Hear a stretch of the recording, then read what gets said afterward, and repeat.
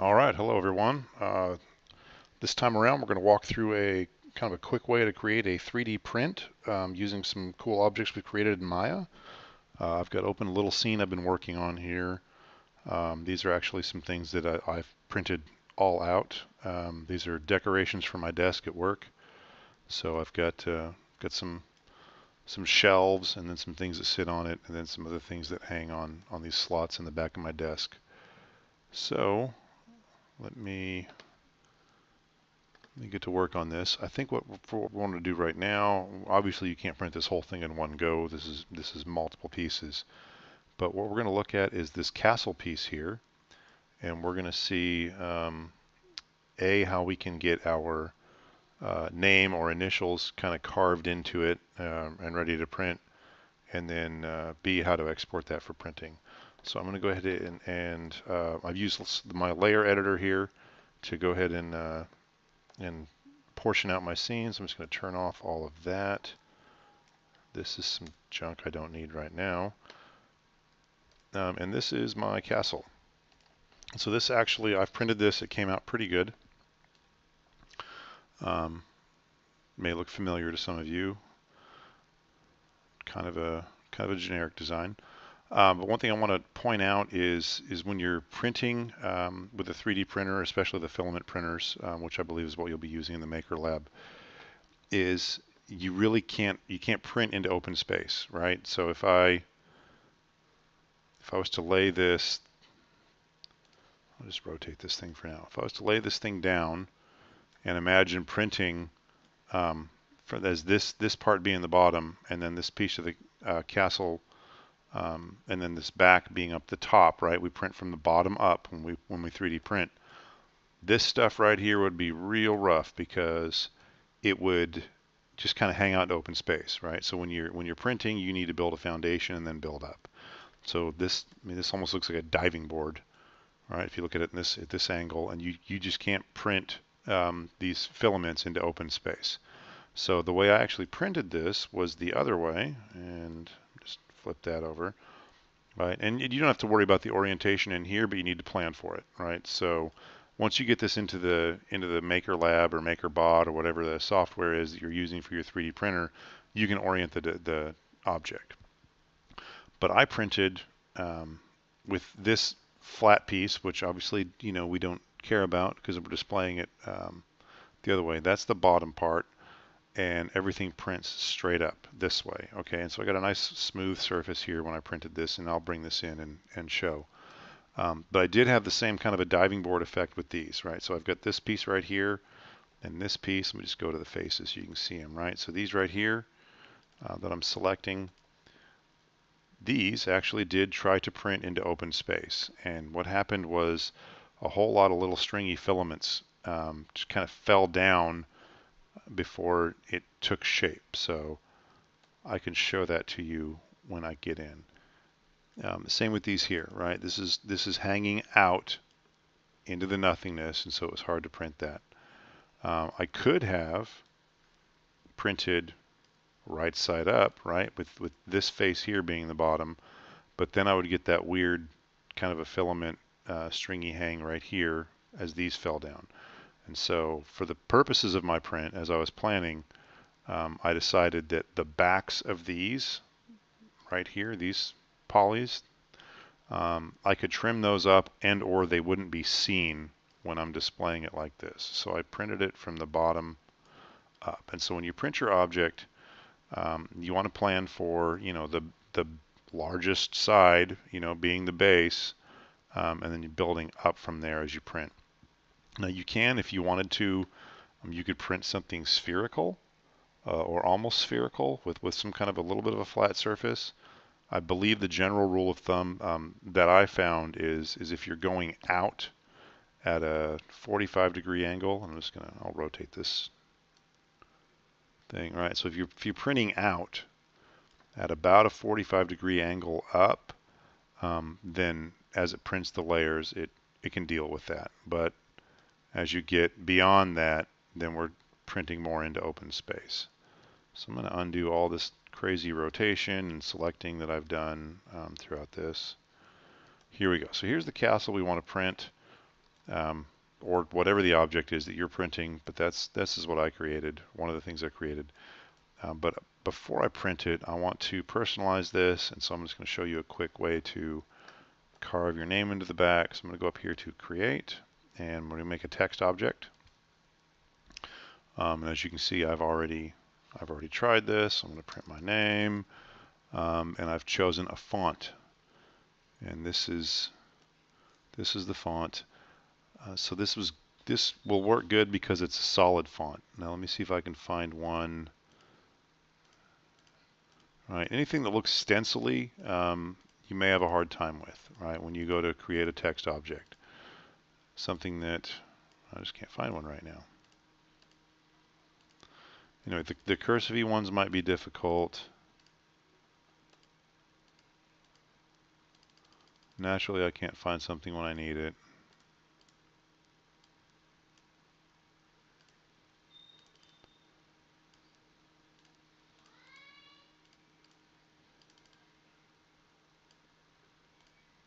When I would just sit here and be awkward while I go through all these fonts trying to find the right thing. Anyway, if it's got an outline and then is kind of open in the middle, then that may not be what you want. Anyway, I've chosen the Super Plumber Brothers for maybe obvious reasons. I'm going to bump the size of that up a bunch. And as you can see, it gives us this kind of blocky, pixely look, which is very much in keeping with what I'm trying to create. So I'm going to say, okay, that's the font I want. I think by default, the type that will be selected here is curves. What I want is a bevel. So you can take curves and you can do a whole bunch of manipulation and turn it into a poly object, or just say bevel that thing out and be done. So we've got an extrude distance, a width. I believe this is all just the default. And what may happen is you're going to see a little bit of rounding or beveling at the edges, but this is pretty much what we want. So the bevel defaults, I chose a font, and I've got my text. I'm just going to create that. And there it is. Boom, I've got an object. Looks okay. If I zoom in real close here, yeah, you can see we've got some rounding around this edge, but not a big deal. So let me grab that. I want to rotate it out. Finish that to 90.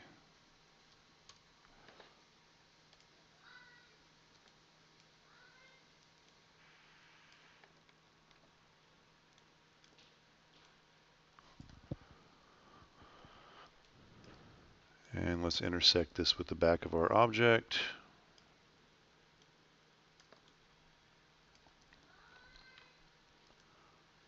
Not going to be precise.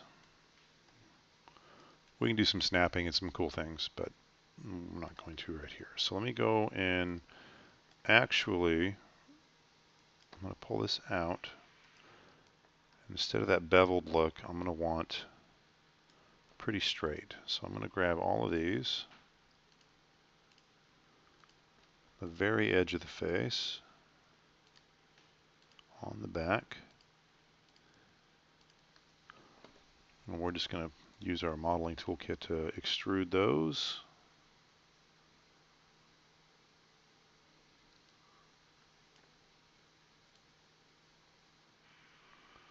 All right, we've got plenty to pull from.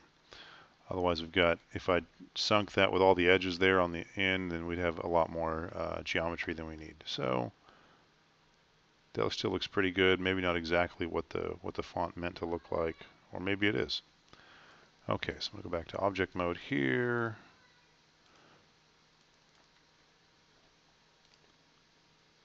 Slide that in. This is not necessary for general 3D printing, but I wanted you to personalize your stuff. So let's see if I can line these up with the absolute transform.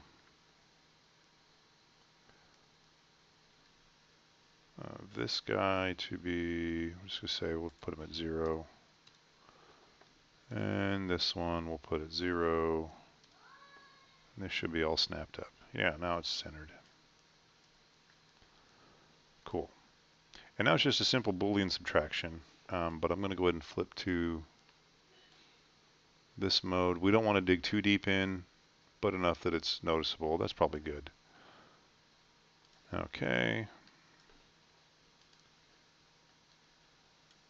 End up in face mode, so grab again the first object, and then the one you're going to take away.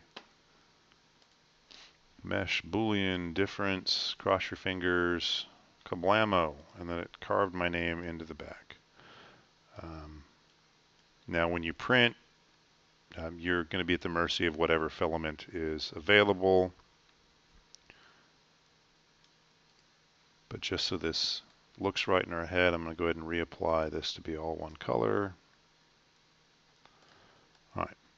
Now, what I said earlier about the diving board effect, as I've just kind of made up, or printing into open space, actually doesn't work out too badly when we're doing this and we're carving something into the backs.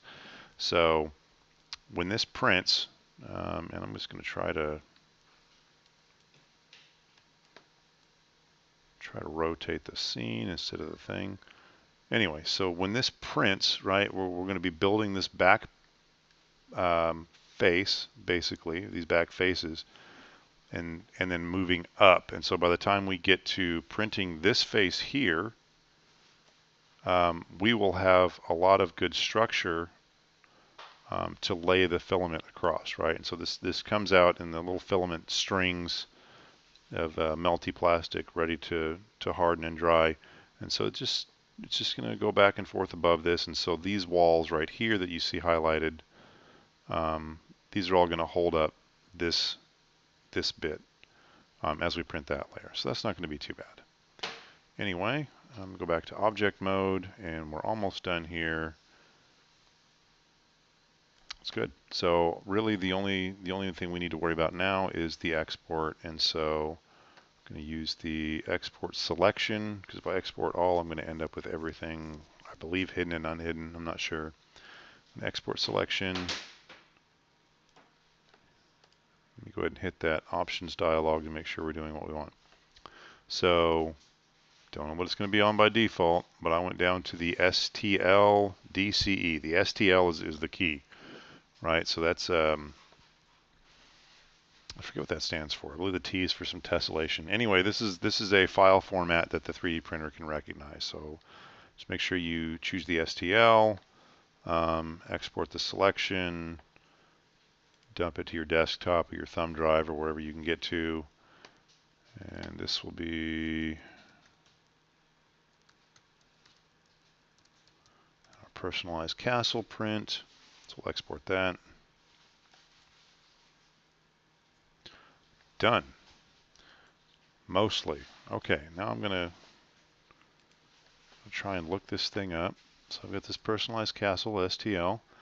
And on a Mac at least, you can see the STL. It recognizes the file format and gives us a preview of it in a nice simple gray. And so we can see how this is going to come out.